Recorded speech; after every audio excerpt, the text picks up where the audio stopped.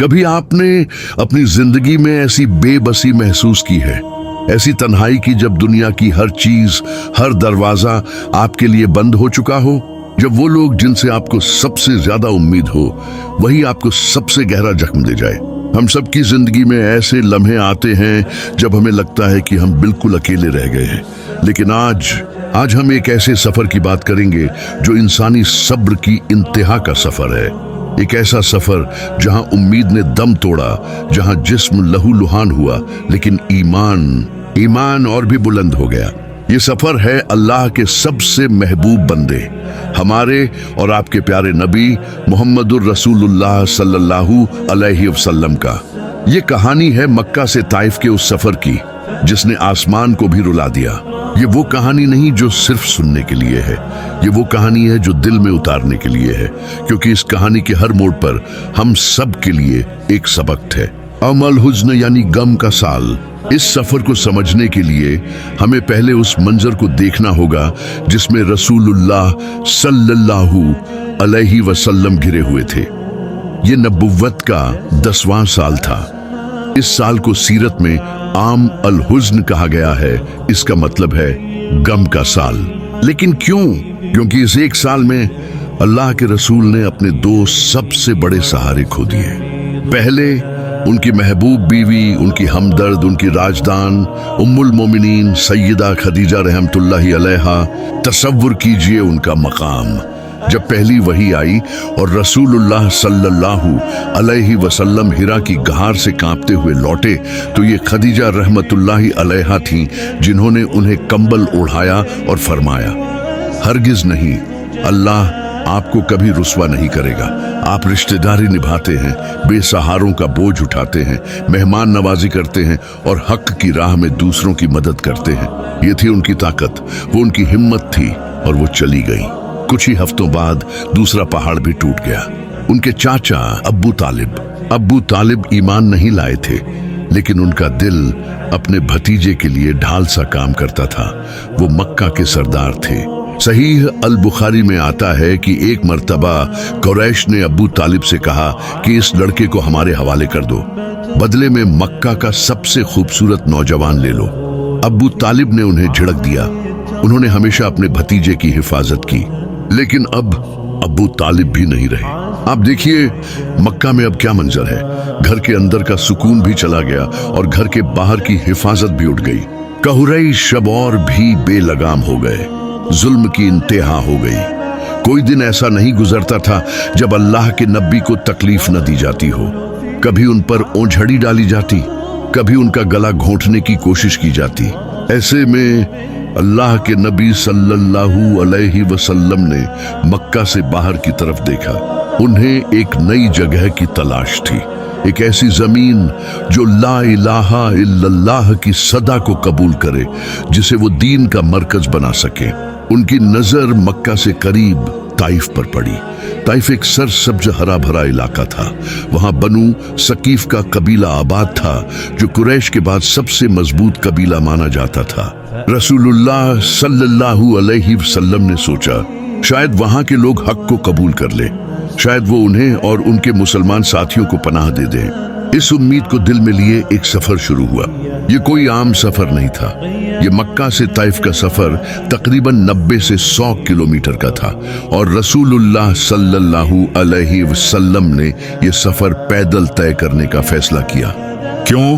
تاکہ قریش کو خبر نہ ہو، تاکہ کسی کو ان کے منصوبے کا پتہ نہ چلے۔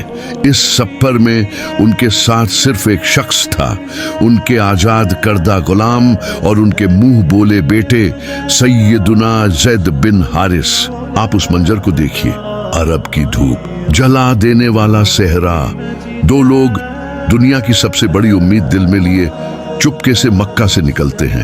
ان کے قدم تھکے ہوئے ہیں، لیکن دل میں ایک آس ہے کہ شاید طائف کے لوگ سن لیں۔ کئی دنوں کے اس مشکل سفر کے بعد وہ طائف پہنچے۔ طائف میں رسول اللہ صلی اللہ علیہ وسلم نے وہی کیا جو ان کا طریقہ تھا۔ وہ عام لوگوں کے پاس نہیں گئے، وہ سیدھے بنو ثقیف کے 3 سب سے بڑے سرداروں کے پاس گئے۔ یہ 3 بھائی تھے۔ ان کے پاس جا کر آپ صلی اللہ علیہ وسلم نے بڑے احترام سے اپنی بات رکھی۔ میں اللہ کا رسول ہوں، आपने उन्हें अल्लाह के दीन की दावत दी, उन्हें इस्लाम की खूबसूरती बताई और उनसे दरख्वास्त की कि वो इस दीन की हिफाजत में उनका साथ दें। लेकिन ताइफ के उन सरदारों ने जो जवाब दिया वो तारीख का एक सियाह बाब है।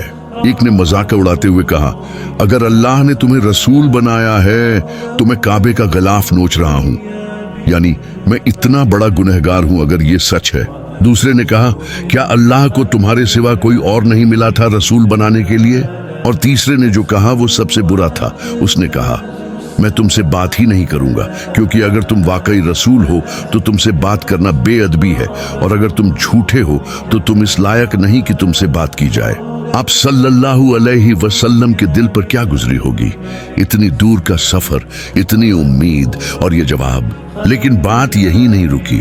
अगर वो सिर्फ इनकार कर देते तो भी गम था, लेकिन उन्होंने इससे भी बुरा किया। उन्होंने कहा, हमारे शहर से निकल जाओ। और फिर उन्होंने ताइफ के आवारा लड़कों, गुलामों और बदमाशों को उकसा दिया। उनसे कहा, जाओ, इनका पीछा करो, इनका मजाक उड़ाओ, इन्हें मारो। वो मंजर जो आसमान ने देखा, अब जो मंजर शुरू होने वाला है उसके लिए पत्थर का दिल चाहिए। रसूलुल्लाह सल्लल्लाहु अलैहि वसल्लम और जैद बिन हारिस वहां से निकलने लगे और उनके पीछे एक हुजूम, एक पूरी भीड़ लग गई। ये भीड़ उन पर आवाजें कस रही थी, गालियां दे रही थी, तालियां बजा रही थी, मजाक उड़ा रही थी। और फिर उनके हाथों में पत्थर आ गए। उन्होंने पत्थर मारना शुरू कर दिए। आप तसव्वुर कीजिए, गली के दोनों तरफ लोग खड़े हैं और बीच से अल्लाह के सबसे महबूब रहमतन लिल आलमीन सल्लल्लाहु अलैहि वसल्लम गुजर रहे हैं और उन पर पत्थर बरस रहे हैं। पत्थर उनके जिस्म में अठर पर लग रहे हैं। कोई पत्थर उनके सर पर लगता है, कोई उनकी पुश्त पर। जैद बिन हारिस, वो वफादार साहबी, वो अपने आका को बचाने के लिए दीवाने हो गए। वो कभी उनके आगे आ जाते, कभी पीछे। वो अपने जिस्म को ढाल बना रहे थे। पत्थर उनके सर पर लग रहे थे। उनका सर फट गया, खून बहने लगा। लेकिन उनकी कोशिश थी कि हर पत्थर रसूलुल्लाह सल्लल्लाहु अलैहि वसल्लम तक न पहुंचे। लेकिन हुजूम बहुत बड़ा था। लोग पत्थर मार रहे थे और अल्लाह के नबी सल्लल्लाहु अलैहि वसल्लम थक कर बैठने लगते तो वो लोग उनके बाजू पकड़कर उन्हें दोबारा खड़ा करते और कहते, चलो, और फिर पत्थर मारते। ये जुल्म, ये सितम मीलों तक चलता रहा, यहाँ तक कि रसूलुल्लाह सल्लल्लाहु अलैहि वसल्लम के मुबारक कदम लहूलुहान हो गए। खून उनके कदमों से बह रहा था। इतना खून बहा कि उनके जूते उनके कदमों से चिपक गए। ये कौन थे? ये वो थे जिनके लिए कायनात बनी। ये वो थे जिन पर फरिश्ते द्रूद भेजते हैं। और आज जमीन पर जमीन वाले उनके साथ ये सलूक कर रहे थे। आखिरकार ये जालिम भीड़ थक कर पीछे हटी। रसूलुल्लाह सल्लल्लाहु अलैहि वसल्लम और जैद ने जख्मों से छूर करीब के एक बाग में पनाह ली।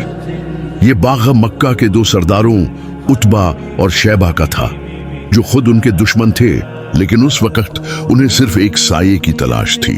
वो एक दीवार के साये में अंगूर की बेलों के नीचे बैठ गए। ये लम्हा इस पर का सबसे नाजुक, सबसे तकलीफ देह लम्हा था। जिस्म जख्मी है, दिल भी जख्मी है। मक्का से निकाले गए, ताइफ ने पत्थर मारे। कोई उम्मीद, कोई आस जाहिरी तौर पर बाकी नहीं बची। इस लम्हे में इंसानी तकलीफ की इंतहा पर अल्लाह के नबी सल्लल्लाहु अलैहि वसल्लम ने अपने हाथ नहीं उठाए। उन्होंने अपना दिल अपने रब के सामने खोल दिया। उन्होंने आसमान की तरफ देखा। इन लम्हे की कैफियत खुद रसूलुल्लाह सल्लल्लाहु अलैहि वसल्लम की जुबानी सुनिए। ये हदीस पूरे इस्लाम की सबसे दर्द भरी और सबसे ताकतवर हदीस में से एक है। इसे सहीह अल बुखारी और सहीह मुस्लिम ने रिवायत किया है। सैयदा आयशा रहमतुल्लाहि अन्हा फरमाती है कि उन्होंने एक दिन रसूलुल्लाह सल्लल्लाहु अलैहि वसल्लम से पूछा, या रसूलुल्लाह, क्या आप पर उहुद के दिन से भी ज्यादा सख्त कोई दिन गुजरा है? उहुद का दिन वो था जब उनके दांत मुबारक शहीद हुए, जब उनका चेहरा जख्मी हुआ, जब 70 सहाबा शहीद हुए। आप सल्लल्लाहु अलैहि वसल्लम ने फरमाया, आयशा, हाँ, जो तकलीफ मुझे तुम्हारी कौम कुरैश से पहुंची, लेकिन सबसे सख्त दिन वो ताइफ का दिन था। आप सल्लल्लाहु अलैहि वसल्लम ने फरमाया, जब उन्होंने मुझे रद्द कर दिया, मैं गम और परेशानी के आलम में वहां से चला। मैं इतना गमज़दा था कि मुझे होश ही नहीं रहा मैं कहाँ जा रहा हूँ। मैं कर्न अस्सालब नाम की जगह पहुंचा, तब मुझे होश आया। आप फरमाते हैं, मैंने अपना सर आसमान की तरफ उठाया तो देखा कि एक बादल ने मुझ पर साया किया हुआ है। मैंने गौर से देखा तो उस बादल में जिब्रील अलैहिस्सलाम थे। आसमान से मदद आ चुकी थी। जिब्रील अलैहिस्सलाम ने मुझे पुकारा, या मोहम्मद, अल्लाह ने सुन लिया है जो बात आपकी कौम ने आपसे कही और जो जवाब उन्होंने आपको दिया है। गौर कीजिए, अल्लाह ने सब कुछ सुना, हर गाली, हर ताना, हर पत्थर की आवाज अल्लाह देख रहा था। जिब्रील अलैहिस्सलाम ने फरमाया, अल्लाह ने आपके पास पहाड़ों के फरिश्ते मलकल जिबाल को भेजा है, आप जो चाहें उसे हुक्म दे सकते हैं। आप सल्लल्लाहु अलैहि वसल्लम फरमाते हैं, तब पहाड़ों के फरिश्ते ने मुझे आवाज दी। उसने मुझे सलाम किया और कहा, ए मोहम्मद, अल्लाह ने आपकी कौम की बात सुन ली है। मैं पहाड़ों का फरिश्ता हूँ, आपके रब ने मुझे भेजा है ताकि मैं आपके हुक्म की तामील करूँ। आप क्या चाहते हैं? आप सिर्फ हुक्म दीजिए और मैं इन दो पहाड़ों को इस पूरी ताइफ की वादी पर गिरा दूं और इन सबको कुचल कर रख दूं। तसव्वुर कीजिए, ये ऑफर है, ये इंतकाम का वक्त है। वही लोग जिन्होंने चंद लम्हे पहले अल्लाह के सबसे पाकीज़ा जिस्म को लहूलुहान किया था, वही लोग जिन्होंने उन पर पत्थर बरसाए थे, वही लोग जो उनका मजाक उड़ा रहे थे, अब वो पहाड़ों के बीच मौत के दहाने पर खड़े थे। सिर्फ एक लफ्ज, सिर्फ एक हाँ। इंसानी गुस्सा, इंसानी अदल शायद यही कहता कि हाँ, ये इसी लायक है, इन्हें तबाह कर दो। लेकिन ये मोहम्मद इब्न अब्दुल्लाह सल्लल्लाहु अलैहि वसल्लम थे। ये रहमतन लिल आलमीन थे। अल्लाह ताला ने कुरान में फरमाया, वमा अरसलनाका इल्ला रहमतन लिल आलमीन, और ए नबी, हमने आपको तमाम जहानों के लिए रहमत बनाकर ही भेजा है। आपने ताइफ के उन जालिमों की तरफ देखा, आपने उन पहाड़ों की तरफ देखा और फिर आपने उस फरिश्ते को वो जवाब दिया जिसने कयामत तक के लिए रहमत की मिसाल कायम कर दी।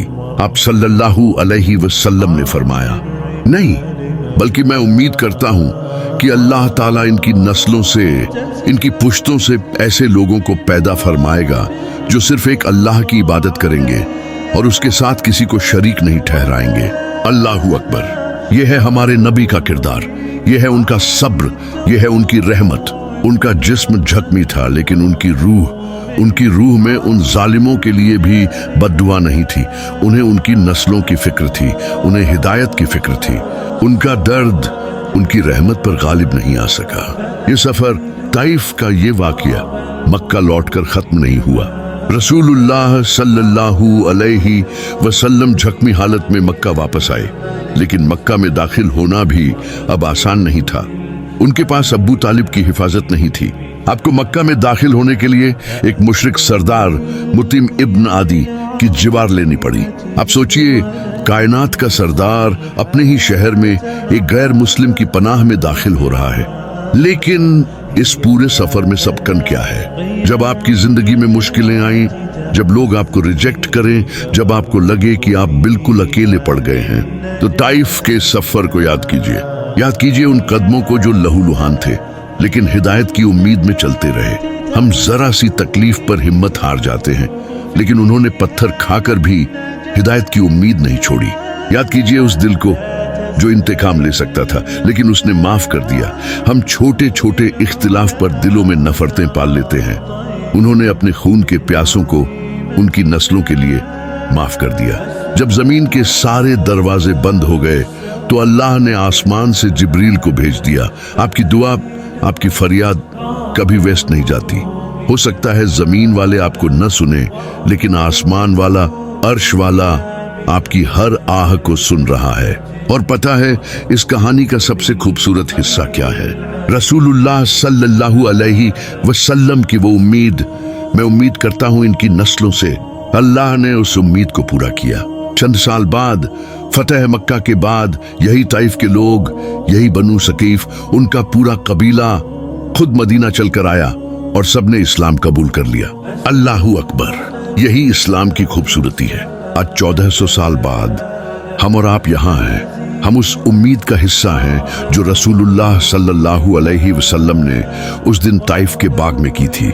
अल्लाह ताला ने फरमाया, और क्या खूब फरमाया, वइन्न मअल उस्रि युस्रन, बेशक हर मुश्किल के साथ आसानी है। इन्न मअल उस्रि युस्रन, यकीनन हर मुश्किल के साथ आसानी है।